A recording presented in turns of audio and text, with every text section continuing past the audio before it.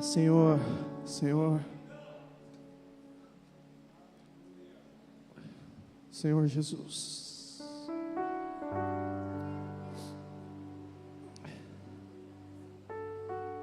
É difícil, irmãos, tentar traduzir um sentimento, viu?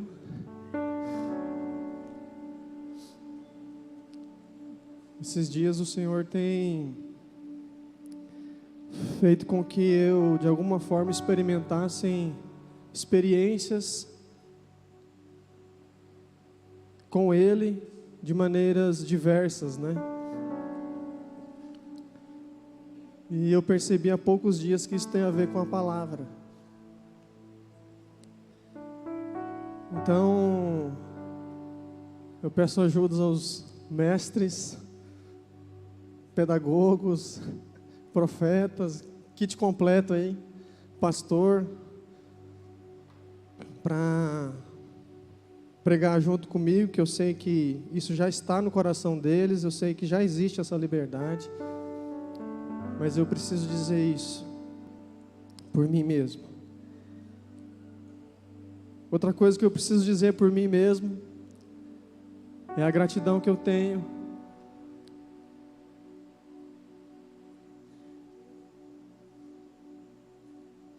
de ser trazido para aquilo que o Senhor está construindo. Uma palavra que eu recebi há tantos anos atrás,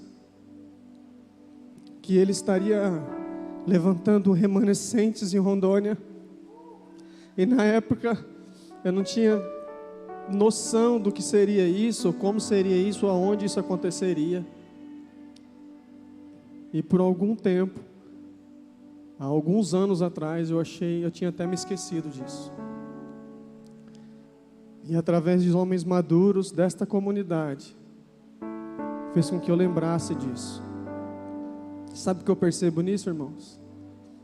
Cuidado do Senhor, o zelo dEle, e o meu coração se enche de alegria e de gratidão por isso. Então, obrigado ao presbitério desta casa, obrigado à comunidade Tameon, os irmãos, que nós nas nossas vindas e indas aqui para Ji-Paraná sempre foram muito acalentados e propositivos. Obrigado, pastor. E aqui estou com a minha família, né, desfrutando disso tudo. Como já foi bem batido aqui, bem falado, é um tempo como comunidade nós precisamos desfrutar. Meu Deus do céu.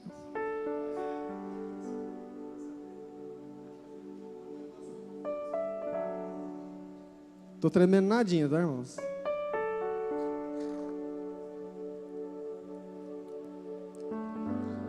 É um tempo, e é um tempo que no meu entendimento, falávamos isso na casa do Guilherme, numa sexta-feira atrás aí, e eu creio nisso, é um tempo que é como se nós pegássemos um livro, né, aberto, e eu creio, Andrei crê, que como se o Senhor estivesse virando uma página, não no sentido de uma nova história, mas no sentido de encurtar o tempo. É como se uma página ou uma folha de rosto de um A4, ele fosse dobrado ao meio. E aí eu chamo de dobrar o tempo, ou dobrar a linha do tempo. Então, meu medo de falar sobre o tempo apostólico, né? Um pouco antes eu fui ao mestre, né? E eu acredito muito nisso, irmãos. Nesse tempo apostólico, que não se limita a um ano, mas a um tempo do Senhor. E com isso nasceu então um medo dentro de mim a respeito de um posicionamento correto, a respeito de uma forma de viver, aonde esse tempo exige de nós. E então, em uma quinta-feira eu estava lá em Rolim de Moura, aos irmãos de Rolim de Moura, um beijo para vocês. E o profeta, mestre Rafa estava compartilhando. O Senhor falou muito ao meu coração a respeito da diaconia. Interessante, né? E que isso, Jesus.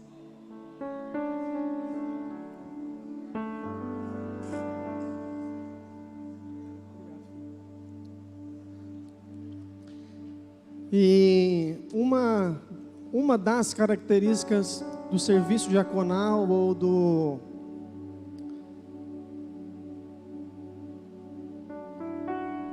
diácono,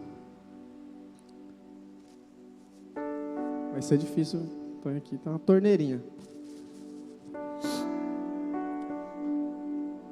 É a piedade. É uma característica. Posso dizer assim, né, profeta, pastor? Uma característica do diácono ou do serviço diaconal, porque ele não é de uma pessoa, mas ele é do coletivo, ele é do corpo de Cristo. E a piedade, irmãos, é difícil de você encontrar até comentário bíblico sobre ela, porque ela não é algo que é traduzido em palavras, ela não tem até mandar uma mensagem para o pastor Isaías, contextualiza não, como é que eu perguntei para você? Não é contextualiza, conceitua. E é difícil você conceituar isso. Mas, lendo Timóteo, e as várias vezes que Paulo escreve para Timóteo a respeito da piedade, um dos textos bíblicos foi compartilhado pelo pastor Fabinho aqui, fala sobre piedade, ele incentiva isso, e essa piedade que ele incentiva, Timóteo, um novo pastor, um pastor recente, um menino, que está sendo desenvolvido pelo coletivo e pelo próprio apóstolo, ele repete várias vezes para ele sobre piedade, e é interessante que é algo que o apóstolo Paulo quer colocar dentro dele, porque é algo que a comunidade da época estavam perdendo aquilo. Éfeso,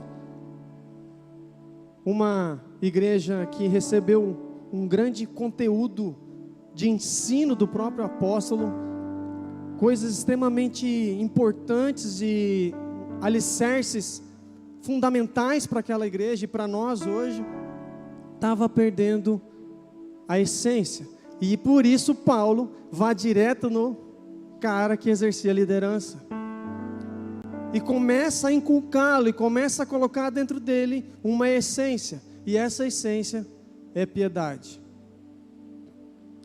E naquele tempo, muitas coisas estavam acontecendo no contexto geral daquela região. Então, muitos filósofos, muitos entendedores, eruditos estavam se levantando, e aquilo era normal para aquele tempo, no sentido de pessoas populares. Então, a oratória era algo vislumbrado, né, pela população em si, e levantavam pessoas com características ou com aparência de religioso, mas que eram pessoas vazias, e com isso estava disseminando algo no meio da comunidade. Então estava vindo coisas de fora para dentro da comunidade, e a comunidade estava permitindo aquilo, estava sendo seduzida por aquilo, e por um motivo ou outro, ela estava ficando de alguma forma adormecida. E Larissa, que intervenção, hein?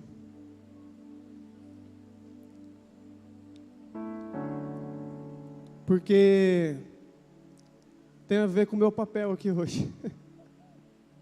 Uma das funções do bombeiro militar, para quem não sabe, sou bombeiro, por isso essa história aí de Power Ranger vermelho. Mas eu gosto de amarelo, fique bem claro. Cor favorita é amarelo. Eu vim de vermelho, como o pastor já falou, em homenagem aos irmãos, tá? Vamos lá. Uma das funções do bombeiro militar em um combate a incêndio no final do incêndio, você fazer o rescaldo, que é revirar todo o combustível queimado naquele lugar, todo o entulho, todas as cinzas, os restos de material combustível que ainda existe, que pode vir a queimar. Você tem uma função, depois de acabar com o fogo, sair revirando tudo, porque sempre tem brasa viva em algum lugar por debaixo de alguma coisa. E contrário a essa função que eu exerço lá fora, eu entendo que a minha responsabilidade aqui hoje é de não usar o material para que alguém venha apagar aquela brasa viva que foi encontrada, mas para que alguém venha aí, coloque combustível e sopre mais, para que aquilo fique mais aceso. Então, assim, irmãos, a minha responsabilidade aqui, eu entendi, obrigado, querida. E para o pastorzão também, depois, né, para fechar, responsabilidade, né? A minha responsabilidade aqui é fazer, de alguma forma, vasculhar as brasas vivas, para que elas apareçam e para que nós venhamos a fazer com que esse fogo acenda novamente. A intercessão não acabou. Irmãos, a intercessão não acabou. Quem tem consciência que é filho de Deus, levanta a mão. Porque daí a maioria, o que não tem, não vai ficar constrangido, né?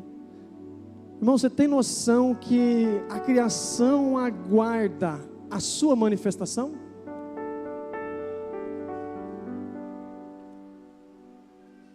Você conseguiu pegar isso, não? Você é filho de Deus? A criação aguarda a sua manifestação?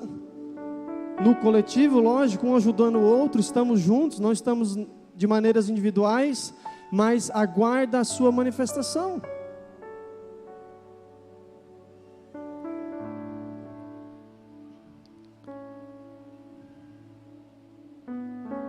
Esteja atento. Esteja atento, não se distraia em nome de Jesus. Podia ser um pouquinho maior ainda esse aqui.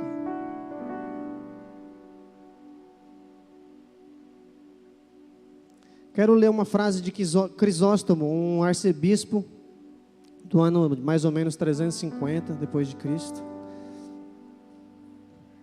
Ele disse o seguinte sobre aquele tempo: todos estão famintos do murmúrio da multidão, como homens que caminham na escuridão se movem sempre na direção dos aplausos da gritaria. Existe uma sede aí fora, uma cultura aí fora, e a gente percebe isso no YouTube, por exemplo, no Instagram, por exemplo, de muitos seguidores, de populismo. Irmãos, eu já fui seduzido por isso, irmãos. E isso aconteceu naquele tempo. De alguma forma, pessoas queriam mais pessoas ouvindo. E isso fez com que aquela comunidade fosse apagando aquilo que ela tinha de essência. E por isso a preocupação de Paulo em inculcar uma essência no Timóteo.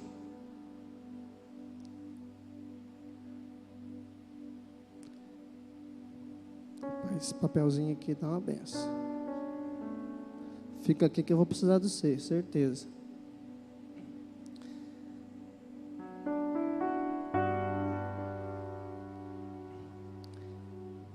Então hoje, no primeiro dia de um novo ano, eu tenho certeza que você e eu calculamos o ano que passou. Eu fiz isso durante esses dias. E o que nós estamos iniciando hoje aqui, semana de primícias, e como vamos iniciar esse próximo ano, é que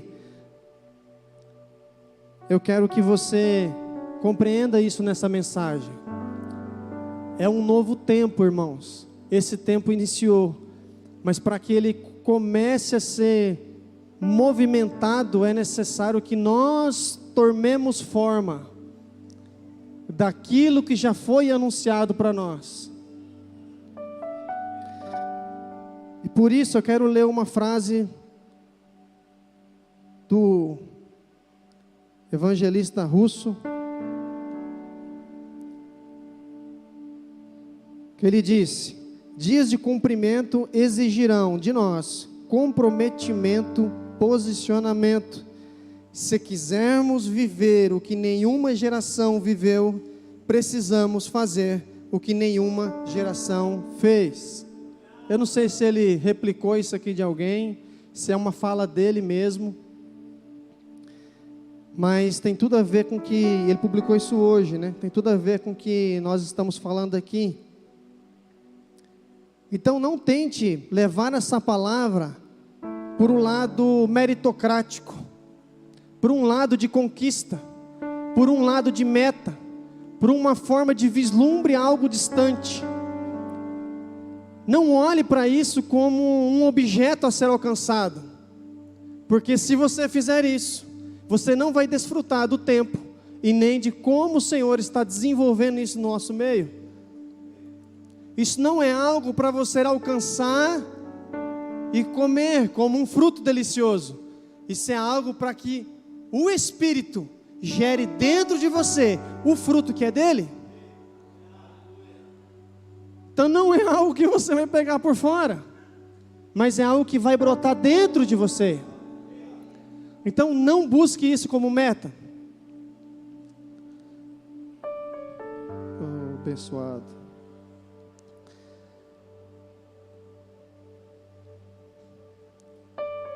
Para falar sobre piedade, eu quero lembrar você o que é impiedade.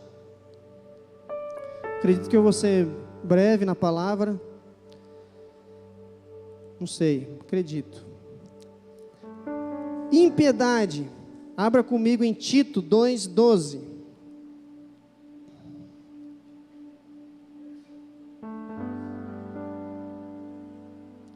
E nós vamos ficar praticamente nas cartas pastorais de Paulo, acho que eu posso dizer isso, né?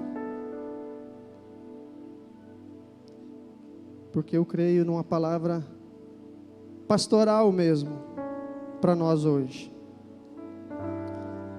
2:12, ensinando-nos para que, renunciando à impiedade e às paixões mundanas, para aí, impiedade, paixões mundanas, tem praticamente o mesmo sentido, porque se você é ímpio, se você tem falta de reverência a Deus, se existe maldade, como o ímpio tem, se existe uma desobediência, se existe uma incredulidade, uma falta de fé, então você logo vai ter paixões mundanas.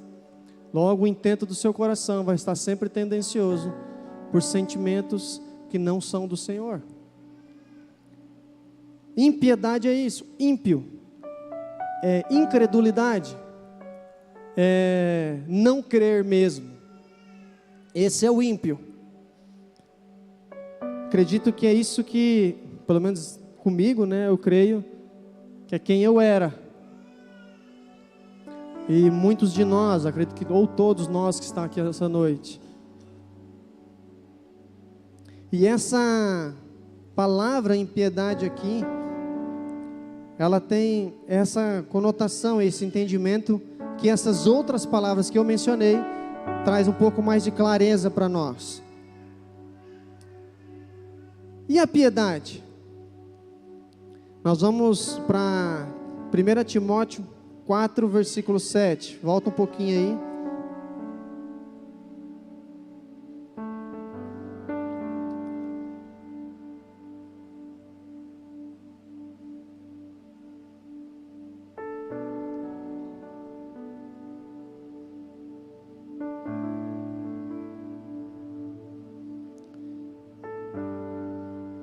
A parte B do versículo, vamos ler o versículo todo. Não perca tempo discutindo mitos profanos e crendices absurdas. A outra versão diz: rejeita as fábulas profanas e de velhas, exercita-te a ti mesmo na piedade. Esse aqui foi o texto que o pastor Fabinho compartilhou esses dias. E essa piedade aqui, essa palavra piedade aqui, é aquela que eu disse para vocês, que não tem uma tradução, mas que a gente consegue entender com algumas expressões sinônimas. Essa piedade quer dizer devoção, submissão, reverência, amor reverente, temor, fidelidade. Pegaram? Dá-nos o entendimento de que vida de adoração a Deus corretamente. Olha que legal isso. Vida de adoração de maneira correta.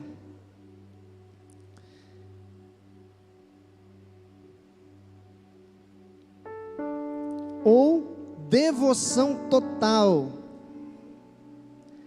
Compaixão ao próximo. Então, piedade dá-nos o entendimento de uma vida de adoração correta, uma devoção total a Ele e compaixão.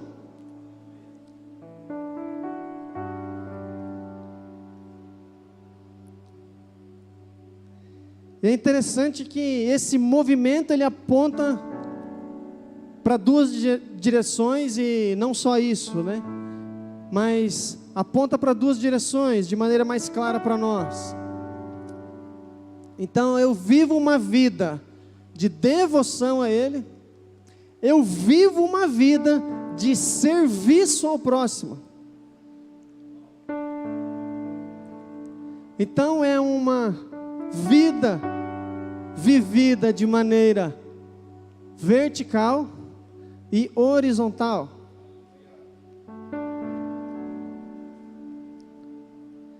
Da mesma forma que eu sirvo o Senhor, eu adoro o Senhor corretamente, eu sirvo o meu irmão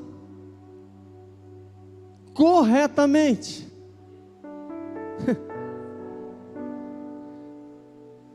Enquanto que eu estou com o Senhor, lembra das disciplinas espirituais? Enquanto que eu estou com o Senhor de maneira correta, posicionado da maneira certa, eu desfruto disso com meus irmãos no serviço de maneira correta.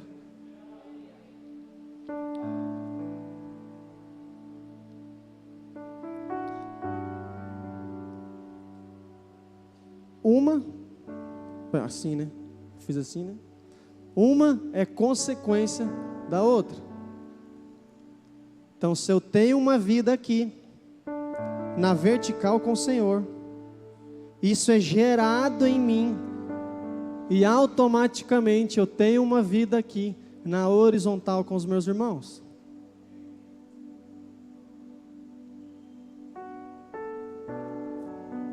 Rapaz, o Senhor está movendo aí os corações dos vasos aí. Senhor da glória.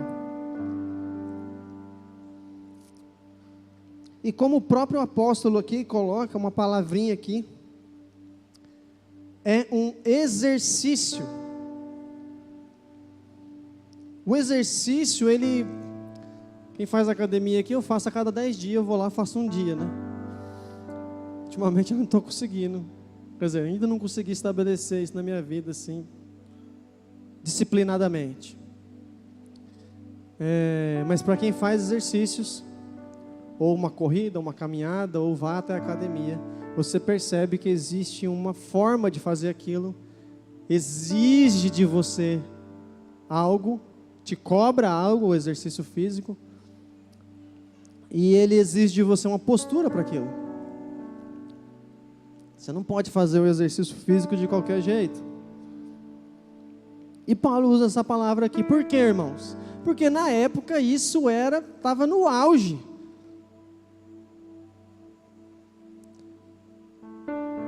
Eles praticavam muita ginástica. E Paulo se utilizando do que estava acontecendo lá fora, de novo, para rechaçar aquilo, para rejeitar aquilo, para trazer uma nova consciência, ele usa a palavra exercício. Então o exercício me traz a ideia do quê? De uma prática da devoção e de um movimento. E esse movimento envolve intenção, motivação, aquilo que está aqui dentro, e também a atitude, porque se foi motivado, estou com a sede, eu vou ter uma atitude, traz um tereré ou pega o copo. Vocês entenderam?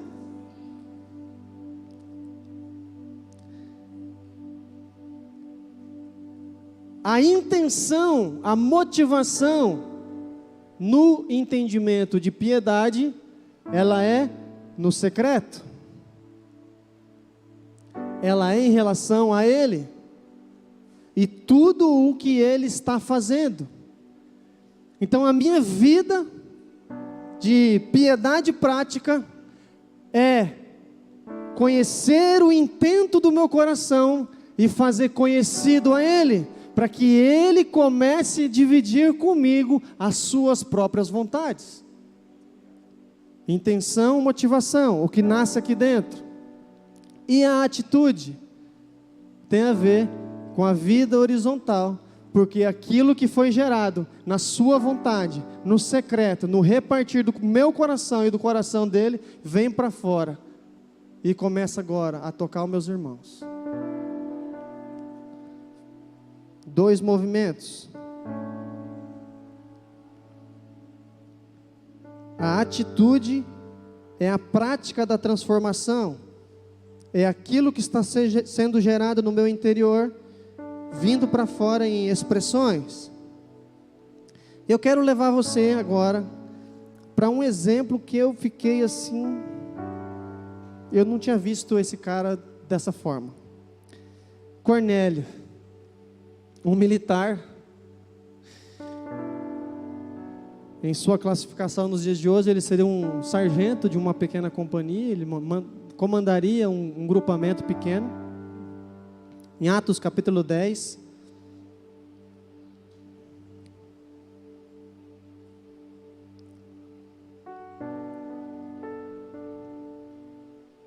nós vamos ler alguns, eu pensei em alguns versículos aqui, porque a história é fantástica, você pode ler ela todinha, envolve bastante coisa.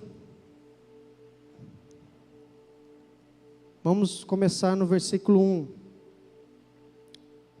Um homem de Cesareia, lembrando que o diácono Filipe passou por aqui, né, profeta?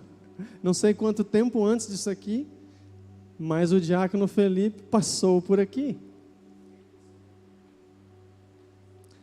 O catalisador Estevão, né? A palavra que você usou aquele dia foi catalisador. Estevão, e depois de Estevão, Filipe passou por essa região. E aqui tinha um homem então chamado Cornélio. Ele era centurião da corte chamada italiana. Versículo 2. Ele era o quê? Piedoso e temente a Deus com toda a sua casa. Cara, isso aqui é outra pregação, eu acho. Para o profeta, para os demais. Irmãos, ele era um cara piedoso. Ele era temente a Deus. Ele e toda a sua casa. Ele fazia muitas esmolas ao povo e de contínuo orava a Deus. Versículo 3. E mais um dia ele estava lá na presença de Deus, às 3 horas da tarde. Viu claramente em uma visão um anjo do Senhor, que se dirigia para ele e o chamou. Cornélio, versículo 4. Este, olhando nos seus olhos e atemorizado, perguntou: que é, Senhor? Ele já sabia que era o Senhor, né? Não fala de outra experiência de Cornélio. Provavelmente ele era dedicado assim por causa de uma cultura judaica. Provavelmente foi a primeira experiência com Deus dele, em uma visão. E assim que ele vê o anjo, ele já fala: Senhor. O anjo respondeu: as tuas orações e as tuas esmolas têm subido para a memória diante de Deus. Cara, isso aqui também... Perguntinha aqui, tempo devocional? Uma perguntinha. A nossa oração tem subido ao Senhor como um memorial? Porque é isso que está dizendo aqui. Tem subido ao Senhor como uma coluna, como algo visível diante do Senhor? Cara, versículo, parei no 4, né?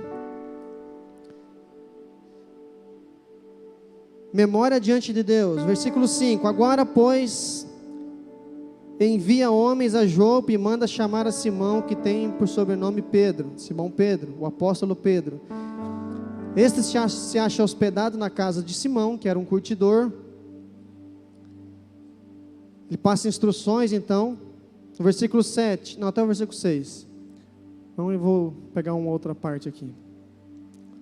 Então, Cornélio, um homem que tinha uma devoção, que tinha piedade, e eu falo devoção logo porque de alguma forma ele já era submisso a algo que foi passado de fora para ele, e ele estava na sua vida de devoção, ele estava com a sua casa em uma vida de devoção, ou seja, ele movimentava todos da sua casa para aquela vida.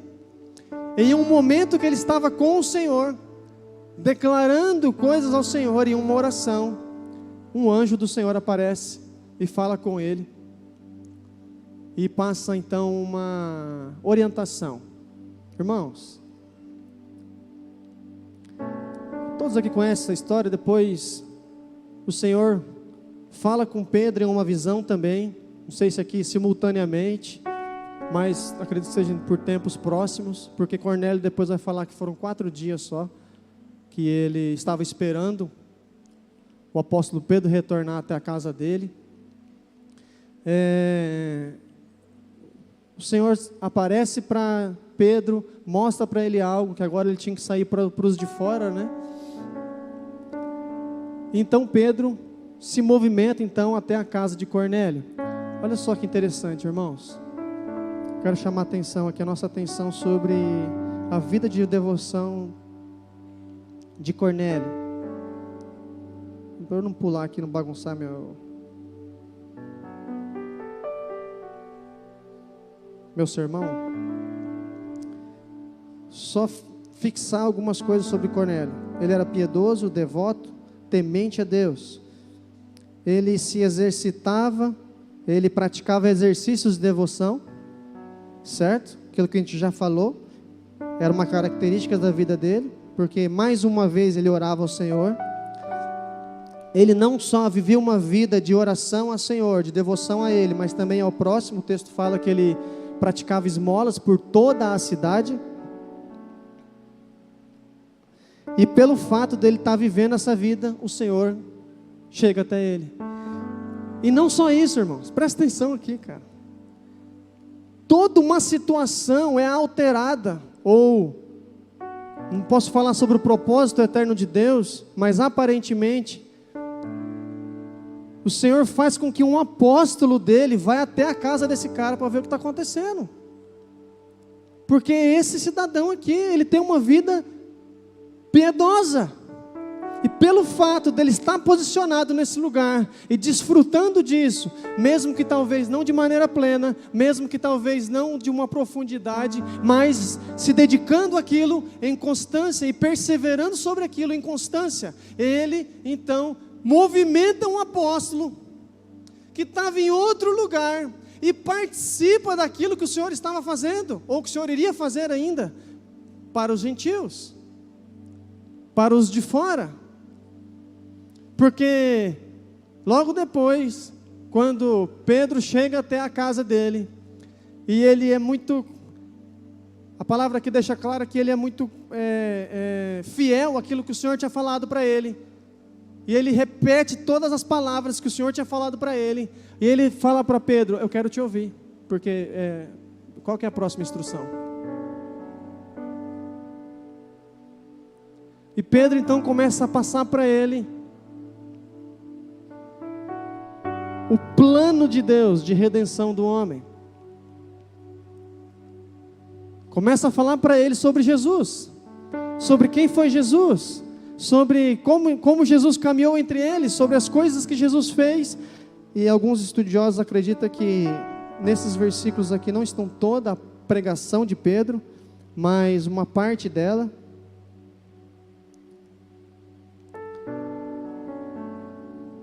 E Pedro começa a falar sobre aquele que era a estatura, aquele que era o modelo. E então, o Espírito de Deus vem naquele lugar, irmãos. Vocês conseguiram pegar a sequência aí? De um homem devoto,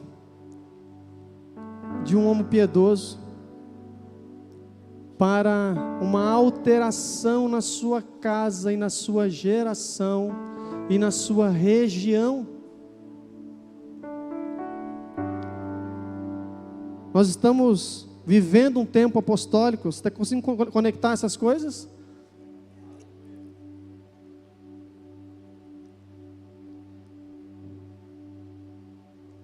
E eu peço que agora você se concentre em si mesmo aí.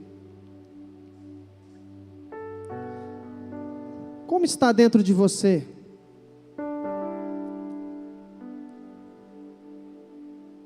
Como você está em relação à prática da piedade? Isso é algo visível, como um dos soldados de Cornélio falou para Pedro: ele tem bom testemunho na cidade.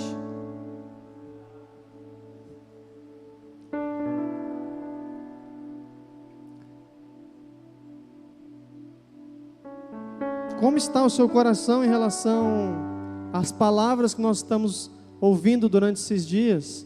Muito bem resumida aqui pelo pastor Clebinho aqui, né? Em um compêndio. E outros irmãos. E interessante que quando a pastora Mara compartilhou, ela fez com que nós não nos esquecêssemos dos nossos filhos, chamando toda a casa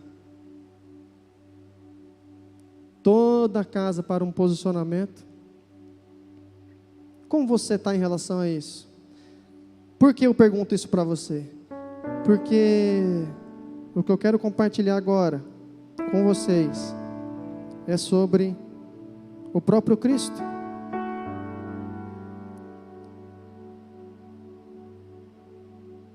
É sobre aquilo que Pedro falava, mas dentro do tema da piedade.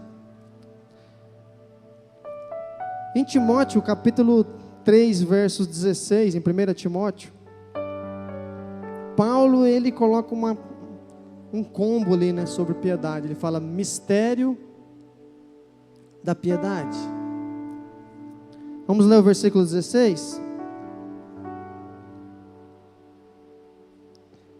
E, sem dúvida alguma, grande é o mistério da piedade. E ele cita aqui que possivelmente seja, né, um cântico ou um poema da época, que diz: aquele que se manifestou em carne, foi justificado em espírito, visto dos anjos, pregado entre os gentios, crido no mundo e recebido acima na glória. Bonito isso demais, né? Você imagina esse cântico?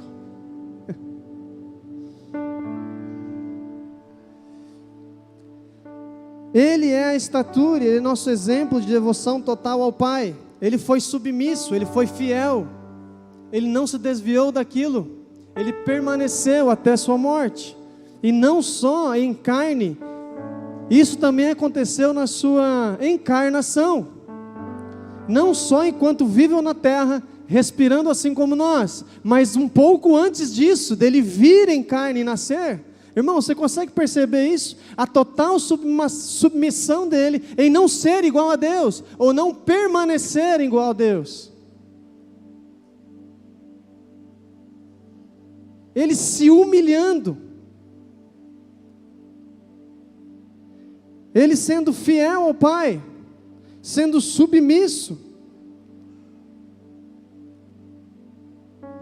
Ele é nosso exemplo de compaixão. Porque enquanto alguns da sua época excluíram uma mulher como Maria Madalena, ele foi com quem estendeu a sua mão. Uma mulher como a samaritana no poço de Jacó, que ninguém não estava nem aí para ela, porque o interesse dela era de ficar com a herança dos maridos, talvez, ou de, não sei, simplesmente ter vários homens. Ele tem compaixão dela. Você entende que ele insistiu ali para chamar a atenção dela, irmãos? Ele queria muito.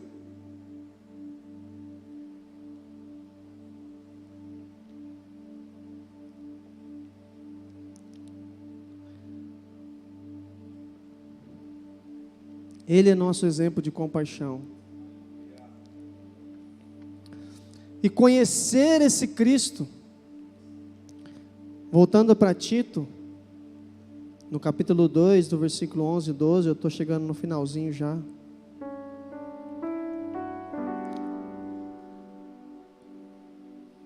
Do 11 até o 14.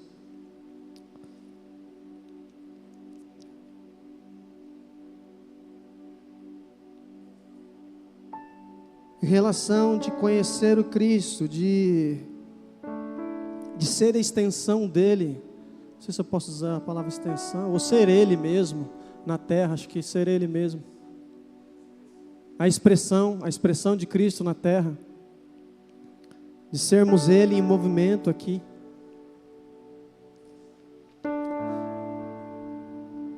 A palavra de Paulo a Tito nos traz, na verdade, uma responsabilidade. Versículo 11, porque a graça de Deus se manifestou. Qual graça de Deus, irmãos? Do que nós estamos falando aqui? O mistério da piedade. Quem era essa expressão da piedade? Cristo. Amém? Dorme não. Porque a graça de Deus se manifestou, trazendo o quê? Salvação a todos os homens. Só salvação? Ensinando-nos. Para quê? Para renunciar. Deixa eu ler aqui que eu estou interpretando já, vira bagunça, né? Versículo 12. Ensinando-nos para que, renunciando à piedade e às paixões mundanas, vivamos no presente mundo sóbria e justa e piamente, aguardando a bem-aventurada esperança e o aparecimento da glória do nosso grande Deus e Salvador Jesus Cristo, que se deu a si mesmo por nós, para nos remir de toda iniquidade e purificar para si um povo todo seu, zeloso de boas obras.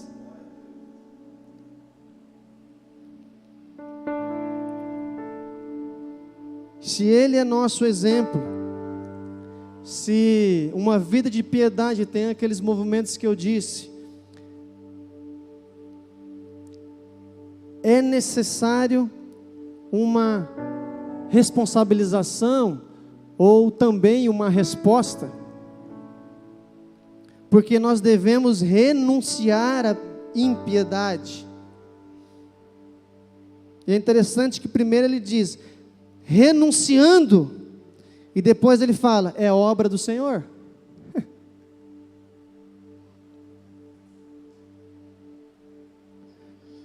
Por que, irmãos, ele faz isso? Porque a vida piedosa, ela tem dois movimentos. Porque primeiro existe o intento do nosso coração, e depois existe a nossa atitude.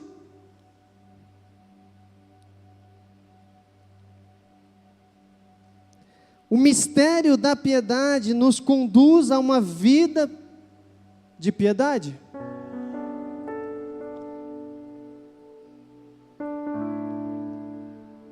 Então, num tempo apostólico é exigido maior dedicação. É necessário os exercícios.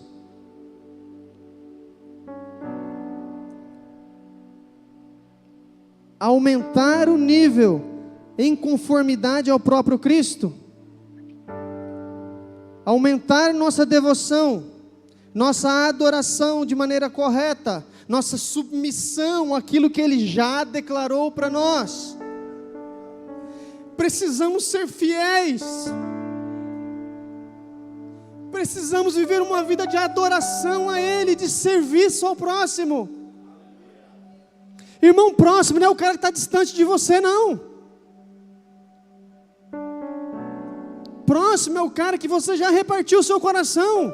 É o cara que está do seu lado.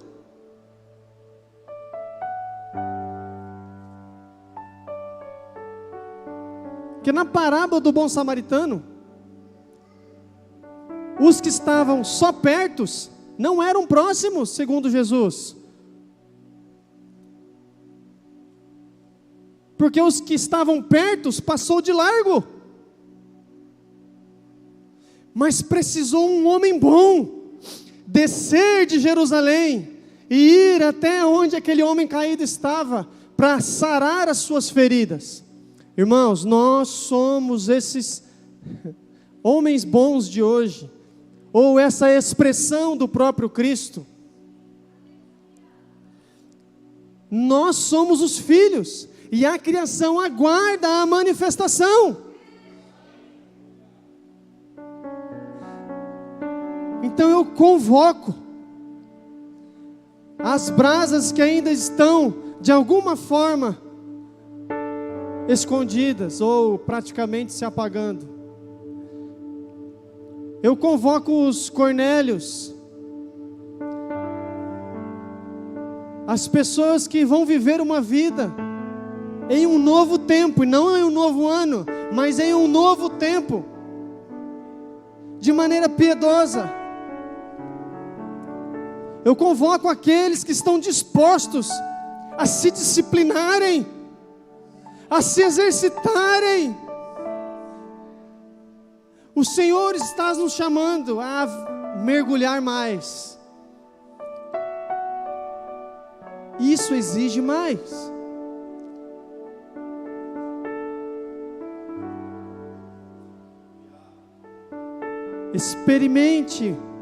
Experimente o fruto do Espírito que está sendo gerado dentro de você. Experimente, traga isso nos seus sentidos, traga isso no seu paladar, para que experimentando do fruto do Espírito, meus irmãos, o faminto não passe fome de novo.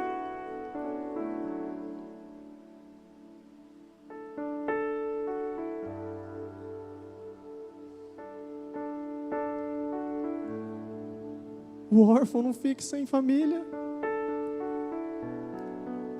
Essa é uma palavra que foi declarada para nós. O pastorzão fez questão de lembrar a nós ontem. Então por isso eu convoco e eu faço um apelo a vocês. E eu peço, me ajudem nisso. Me ajudem nisso, porque eu não quero ficar fora.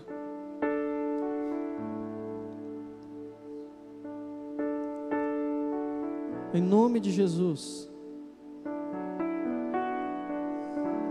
Não perca mais tempo, irmãos. Foi falado isso aqui, mas eu preciso enfatizar. Nós estamos iniciando um tempo. Nós estamos iniciando um ano. Estamos vivendo um tempo aonde estamos desfrutando de uma semana. Vocês conseguiram entender essas conexões? Aonde nós vamos entregar as primícias, aonde nós vamos externar a nossa entrega das primícias, né? E o que você vai externar?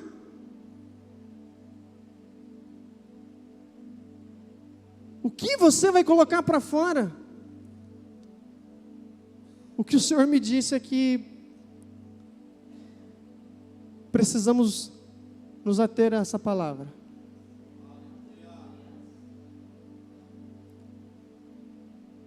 Em nome de Jesus.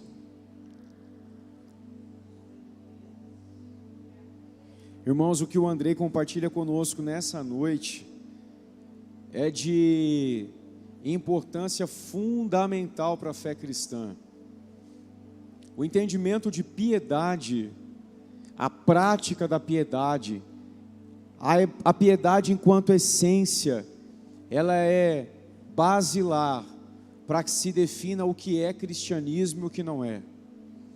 E falar sobre isso no primeiro dia do ano, para uma comunidade que está em uma estação apostólica, que tem a responsabilidade de levar uma essência para outros lugares, isso é extremamente pontual. Mas para que fique claro, eu quero fazer um exercício com você, eu quero que você se concentre, por favor, não se disperse, porque nós ainda estamos na mensagem dele.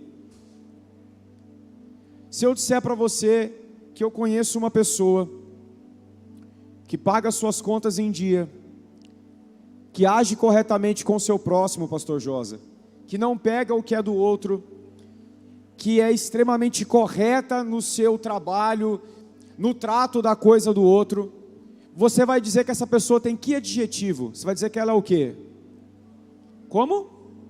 Honesta. Então honestidade é a palavra que define esse monte de coisa que eu acabei de escrever aqui. Jesus diz que 2 mandamentos resumem toda a lei. Quais são os mandamentos? E o teu próximo como eu vos amei. O nome disso é piedade. Isso é piedade. Então olha só, quando Atos 10 diz que Cornélio era piedoso, o texto é perspicaz. Porque Lucas narra Pedro pregando na casa de Cornélio. Atos 10 de novo. Eu quero mostrar para você entender a importância disso que a gente está falando aqui. Olha só.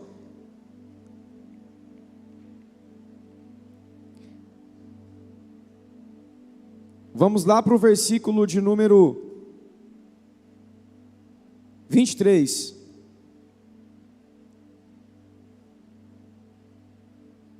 Ou melhor, 23 não, vamos ser mais rápidos. 43. Pedro está na casa de Cornélio, já aconteceu tudo que tinha a acontecer. Visão com Cornélio, visão com Pedro, os dois se encontram. Pedro está na casa e Pedro vai pregar. Porque na cabeça de Pedro está na casa de Cornélio para apresentar a um homem, um Jesus desconhecido. Ele está pregando aqui do mesmo jeito que ele pregou em Atos 2. Só que lá em Atos 2, ele é cheio do Espírito Santo, prega um sermão, as pessoas respondem, que faremos? Ele diz, arrependam-se, as pessoas se arrependem, e aí a Bíblia diz que são acrescentados naqueles dias quase 3.000 almas, ok? Agora olha só, casa de Cornélio, Pedro está pregando, essas são as últimas palavras do sermão de Pedro, dele todos os profetas dão testemunho de que, por meio de seu nome, todo aquele que nele crê recebe remissão de pecados. Olha o que Lucas faz, o autor dessa obra aqui, ainda Pedro falava estas coisas. Que coisas? Todo aquele que nele crê recebe remissão de pecados. Quando caiu o Espírito Santo sobre todos os que ouviam a palavra. Irmão, presta atenção aqui. Lucas não fala de Espírito Santo. O dia que ele entra é o dia que nasceu de novo. A preocupação de Lucas não é dizer quando foi que as pessoas nasceram de novo. Ele mostra o Espírito Santo enchendo gente que nasceu de novo. Ei, esse camarada aqui, ó, o Cornélio, já era. Você está me entendendo? Por isso que o texto chama ele de piedade. É sinônimo de cristianismo.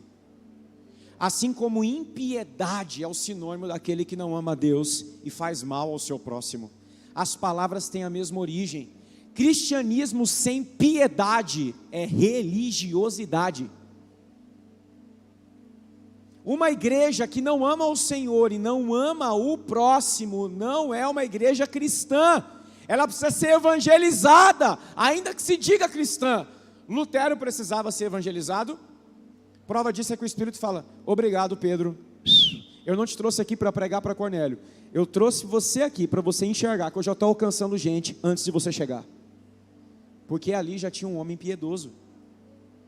O Espírito cai na vida de um homem que já tem Cristo. Por isso a pergunta de Pedro não é: em que momento foi que eles se converteram? Pedro fala: a gente vai negar a água a quem Deus não negou seu Espírito? Depois você lê o texto, ele fala: opa, pera lá, ele chegou antes aqui. Foi isso que Deus estava mostrando para Pedro: eu cheguei antes de você, camarada. Porque a mensagem de Pedro é: todo aquele que nele crê recebe remissão de... Ele acabou de ver com os próprios olhos um homem que teve os seus pecados remidos recebendo o Espírito Santo, irmãos. Agora, o mistério da piedade, que é o que Andrei está trabalhando conosco, que começa com aquele que foi manifestado em carne e acaba em Cristo na glória, está falando de um movimento de alguém que por amar ao Pai e aos homens se entrega. Qual é o mistério da piedade? Quem diz que ama a Deus e ama o outro, desce. A igreja que Jesus vai enviar é uma igreja que não se protege, ela se entrega, ela é martírica, ela escolhe morrer por conta própria, ninguém bota ela no matadouro. Por isso, piedade é a palavra que descreve o diácono Estevão, piedade é a palavra que descreve os que sepultaram Estevão, piedade é a palavra que descreve Filipe, o evangelista pós Estevão, piedade é a palavra que descreve a obra em Samaria que foi começada por Filipe, piedade é a obra que descreve Paulo, piedade é a palavra que descreve Cornélio, piedade é a palavra que descreve a fé cristã. Começar o ano falando de piedade é dizer: irmãos, nós precisamos restaurar o primeiro mandamento e o amor ao outro. Do contrário, tudo isso aqui está condenado, é cinza. O Senhor está dizendo: assopra a cinza.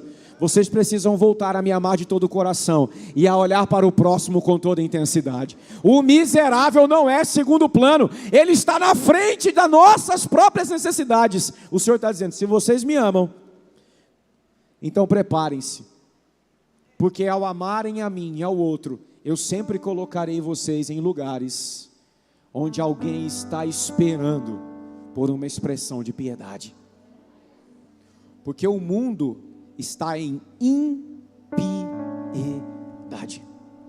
porque ama a si mesmo. Logo não há espaço para amar a Deus e amar ao outro. Entendeu o que é piedade? É sinônimo de amar a Deus sobre todas as coisas e ao próximo como Jesus, o mistério da piedade, nos amou. Irmãos, é uma característica que define essa comunidade. E eu vou pedir para o pastor Clebinho ficar de pé.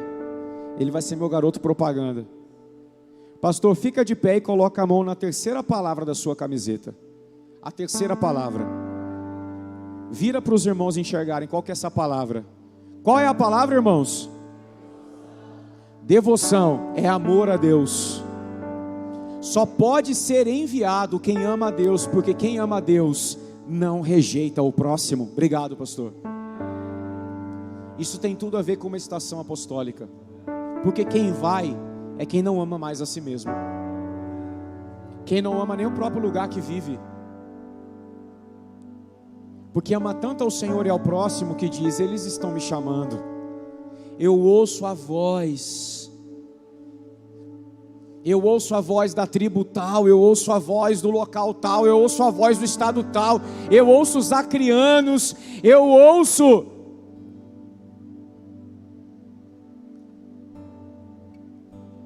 os marajoaras, a tribo do Marajó, eu ouço os africanos, eu ouço os indígenas, eu os ouço, mas você vai deixar sua família, seu pai, sua mãe.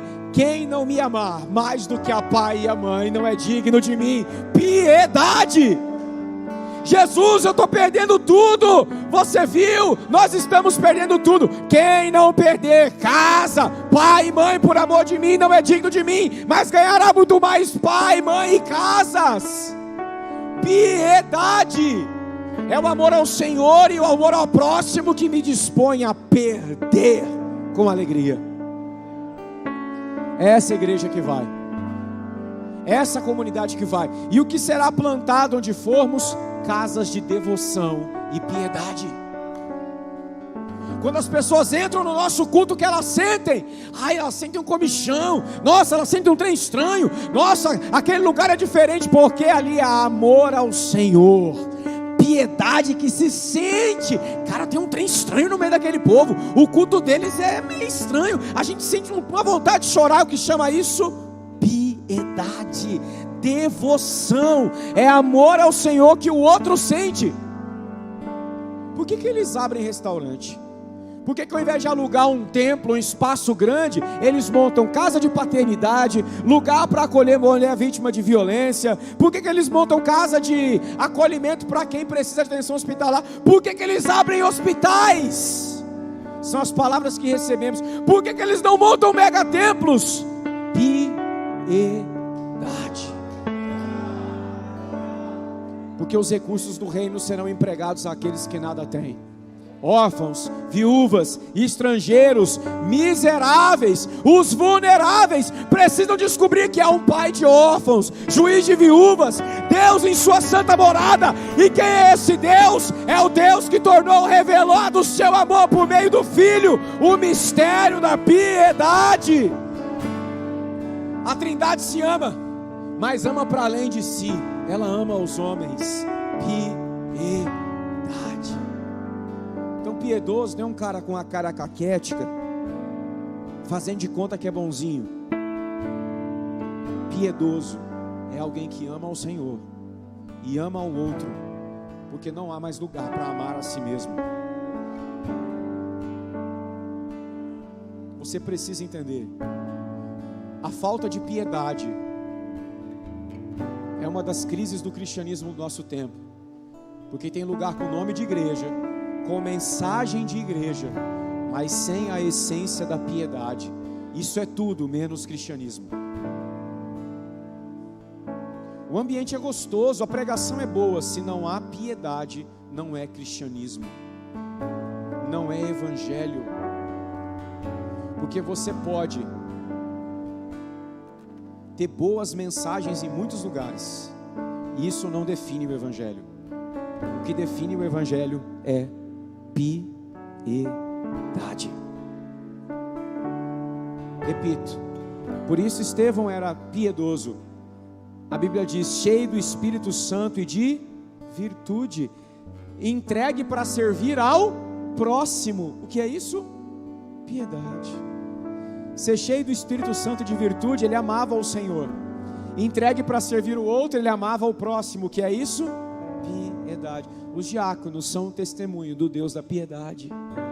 E você tem um diácono nessa noite chamando a igreja a ser piedosa, a semelhança do mártir Estevão. E sabe o que é mais engraçado? Eu encerro minha fala aqui para a gente orar.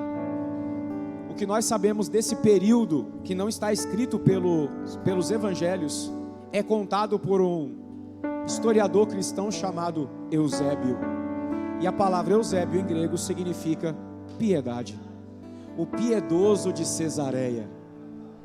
Só pode contar a história da fé cristã quem carrega a marca da piedade, irmãos. Do contrário é fake. Eu não ouço homens pelo que eles me dizem, mas pelo que eles vivem diante de mim. Se tem cheiro de piedade, ele pode não dizer nada, ele já está falando na minha vida. Cristianismo é piedade, meus irmãos, o resto é fake.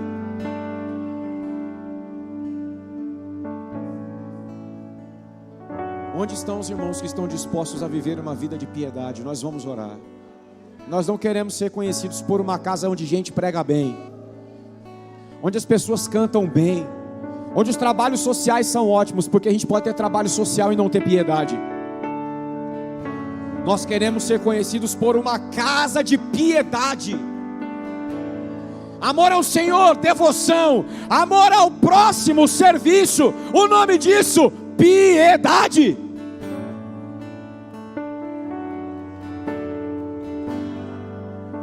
Sharia bastoro cantana baraba sheria balaba sheria cantana barabasu. Sheria barabasure cantana baraba sheria balabasure cantana barabashi. Sheria barabasure cantana barabashu. Senhor, limpa-nos de toda impiedade, de toda impureza. Porque a piedade é a essência que emana do coração daqueles que creem em Jesus Cristo de todo o seu coração. Piedade é o que define um homem e uma mulher de Deus. É uma palavrinha só que diz muito. Eis aí um homem piedoso, que adjetivo maravilhoso.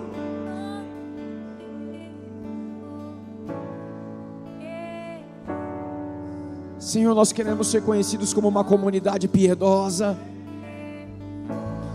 como uma casa de homens e mulheres piedosos, como uma casa de famílias piedosas, uma casa de ministros piedosos, de diáconos piedosos, uma comunidade de gente piedosa, que não ama o dinheiro, que não ama a si, que não ama o mundo, mas ama o Senhor de todo o seu coração, e ao próximo como Cristo nos amou. Nisto se resume toda a lei, piedade, piedade, nisto se resume toda a lei. Nós queremos ser possuídos pelo amor, pelo amor, pelo amor ao Senhor, pelo amor ao próximo. Piedade, piedade, piedade, piedade. Batiza-nos de amor, Senhor, para que não nos tornemos religiosos, orgulhosos dos nossos bons sermões, dos nossos lindos projetos. Não é sobre nós, é sobre a honra ao seu nome, é sobre a revelação do Pai de Jesus Cristo através de nós. O Deus de toda graça, de toda misericórdia, que faz justiça ao órfão, à viúva, ao estrangeiro, ao necessitado, ao pobre, que tem uma expressão da sua face por meio do seu povo.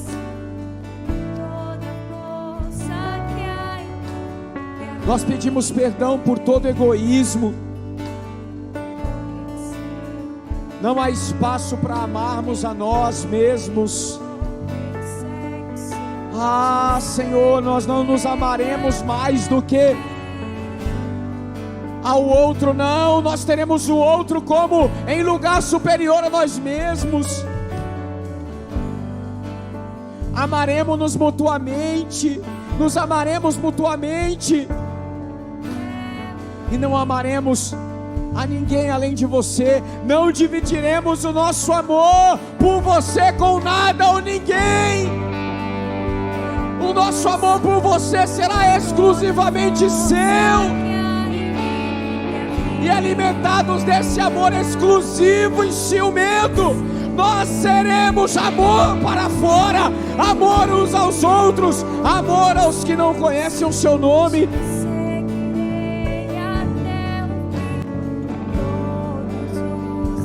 Piedade, piedade, piedade, piedade, piedade.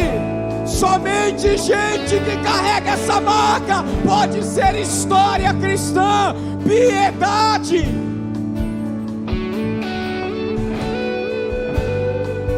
Somente quem carrega essa marca pode carregar o testemunho dos que partiram numa vida piedosa antes de nós. A nuvem de testemunhas piedosas que nos cercam, nossos irmãos do passado que deram a vida por amor ao Evangelho, que morreram, voluntariamente se entregaram à semelhança de Jesus, que antes de serem mortos por aqueles que deram a vida já lhes perdoaram. O mistério da piedade. Nessa noite, Senhor, nós queremos guardar esta essência, um tesouro em vasos de barro.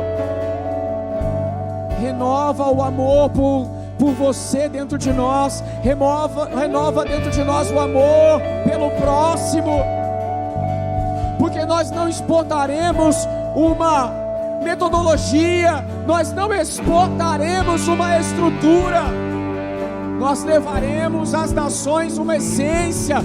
Nesta estação apostólica, implodiremos com toda a estrutura que valoriza o discurso, que valoriza a estrutura, mas que não valoriza a piedade.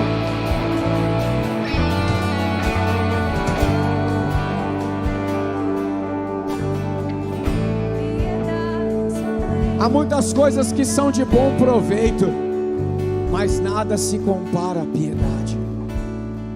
Exercita-te na piedade, Timóteo. Nós queremos nos exercitar, nos desenvolver no amor ao Senhor, no amor ao próximo, como casa, ser amadurecidos nisso. Remove-nos da infância. Nós queremos amadurecer o nosso amor por você. Nós queremos amadurecer o nosso amor pelo próximo. Nós queremos amadurecer esse amor.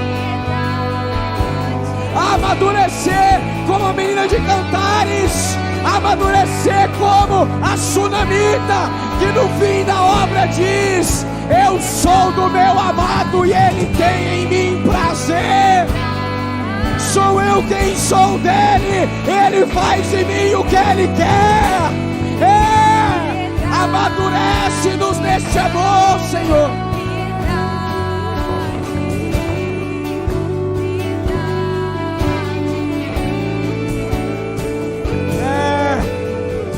Nós oramos isso, Senhor.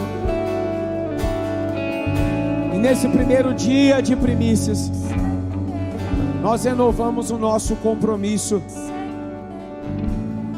com uma vida de devoção, amor ao Senhor, com uma vida de serviço, amor ao próximo, amor ao Senhor, aos santos, amor aos que não conhecem o Senhor, uma vida de piedade, em nome de Jesus.